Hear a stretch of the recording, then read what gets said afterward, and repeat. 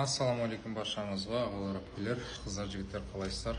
Бүгін торговляның 8-ші күні болып тұр. Депозит $2,500 салынған болатын. Саламатсыз ба, қалайсыздар? Қараңыздар, мен сіздерге көрсетіп кетейін. Бүгін бізде торговля сағат уже 3-терде бітіріп қойдық. $257 болды. Бүгін енді сәл біртүрлі күн болды. Басында стоптар өте көп болды. Міне көрсеңіздер. Стоптар өте көп болды. Кейін барып жай шығарып алдық.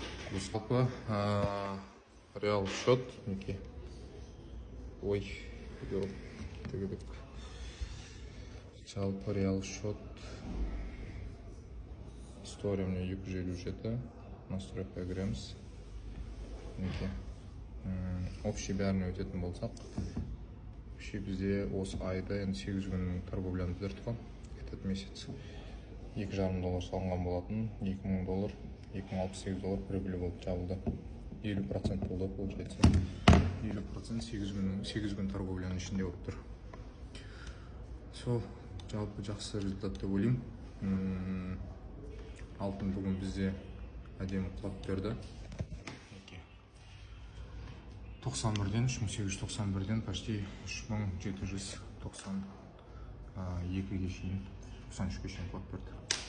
Осының арасында біз скальпить етіп отырдық.